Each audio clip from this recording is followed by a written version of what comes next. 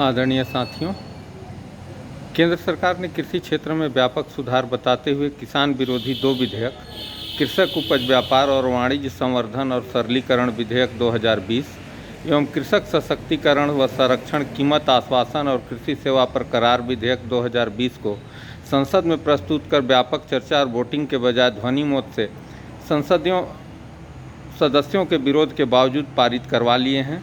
तीसरे आवश्यक वस्तु संशोधन विधेयक 2020 को पूर्व में ही संसद के दोनों सदनों में पारित करवा लिया गया। ये तीनों विधेयक देश के न सिर्फ किसानों के खिलाफ हैं बल्कि आम उपभोक्ता के ऊपर भी गंभीर हमला करते हैं। इन विधेयकों का मूल उद्देश्य खेती किसानी को प्राप्त संरक्षण से पीछे हटाते हुए उसे कारपोरेट के अधीन लाना है। मंडियों को खत्म करते हुए किसानों के उपज को मुनाफाखोर कारपोरेट के हवाले करना है, जिससे वह मनमाफिक तरीके से किसानों के खूब पसीने से उपजाई फसल को न्यूनतम दाम पर खरीद सकें, बाद में उन्हीं अनाजों को जमाखोरी करके उपभोक्ता से अधिकतम दाम वसूल पाएँ। ये विधेयक किसानों की बदहाली के साथ गरीब, भूमिहीन और मध्यम वर्गीय परिवारों के सामने भुखमरी की हालात पैदा कर देंगे, क्योंकि देश में अनाजों पर नियंत्रण कारपोरेट का होगा। साथियों, सरकार की ओर से यह बात कही जा रही है, परंतु यह विधेयक किसानों के भलाई के लिए नहीं है। हमारा सवाल है कि दुनिया में कौन से ऐसे उदाहरण हैं जहां ऐसे सुधारों से किसान आत्मनिर्भर हो चुके हैं, और यदि ऐसा होता तो अमेरिका में खुले बाज़ारों के बावजूद किसानों को हज़ारों करोड़ की सब्सिडी नहीं देनी पड़ती।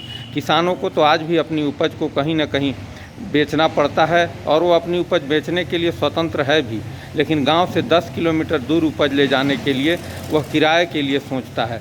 ऐसी स्थिति में शहरों और अन्य राज्यों में वह अपनी उपज कैसे बेच पाएगा? यदि मंडियां ख़त्म कर दी गईं और पूरे देश में किसानों का हाल फिर समझ लीजिए कि बिहार जैसा ही होगा। एक महत्वपूर्ण विधेयक अनुबंधित खेती के लिए है, जिससे किसानों को अधिक मुनाफा दिलाए जाने की बात की जा रही है, जबकि अनुबंधित खेती सीधे सीधे किसानों और कारपोरेट का गुलाम बना देगा। इसलिए इसमें दिए गए प्रावधानों के अनुसार विवाद निपटारे के लिए उचित व्यवस्था भी जो की गई है उसे समुचित नहीं कहा जा सकता। अनुबंधित खेती से सबसे बड़ी चिंता पर्यावरण की है।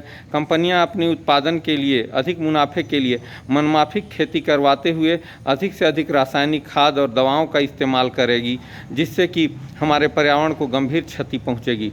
पारित विधेयकों में जो विधेयक हैं, उन पारित विधेयकों में आदिवासी किसान सबसे ज़्यादा प्रभावित होंगे, जो मौसम के अनुरूप पारंपरिक तथा प्राकृतिक खेती करते हैं, देश में विभिन्न प्रजातियों के बीजों का संरक्षण करते हैं।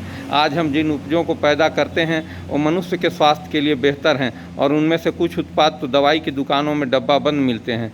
मेरे कहने का आशय यह है कि उत्पाद बाजार के हिसाब से लाभकारी नहीं है, परंतु हमारी सेहत और पर्यावरण दोनों के लिए लाभकारी हैं। कारपोरेट जगत मुनाफे के लिए प्रतिबद्ध होता है, इसलिए इन विधेयकों से हमारे देश के खाद्यान्नों की अनेक प्रजातियां नष्ट हो जाएंगी। वन भूमि और उसके आसपास की खेती को न्यूनतम रासायनिक खाद की जरूरत पड़ती है, जबकि मुनाफे की खेती की लागत बढ़ने से न सिर्फ किसानों को कर्जदार बनना पड़ता है, वरन उनको आत्महत्या की तक जाना पड़ता है। साथियों, आप सभी जानते हैं और हमारे देश के किसानों की हालत किसी से छुपी नहीं है। हमारे देश के किसानों को अगर वास्तव में भारतीय जनता पार्टी और मोदी जी की सरकार चाहती है कि उनका भला हो, तो उनके हित में जो कानून बनाए गए हैं उनको वापस लेकर के, और जो न्यूनतम समर्थन मूल्य की जो पुरानी व्यवस्था है उसे बहाल रखा जाए। किसानों को जितना ज़्यादा से ज़्यादा हो सके उन्हें सब्सिडी दी जाए, उन्हें मदद की जाए, तभी हमारे देश के किसानों का भला हो सकता है। वरना किसानों को पीछे धकेल करके हम कभी भारत महान जैसे सपने को बुन नहीं सकते या भारत महान की संकल्पना को साकार नहीं कर सकते। जय हिंद साथियों।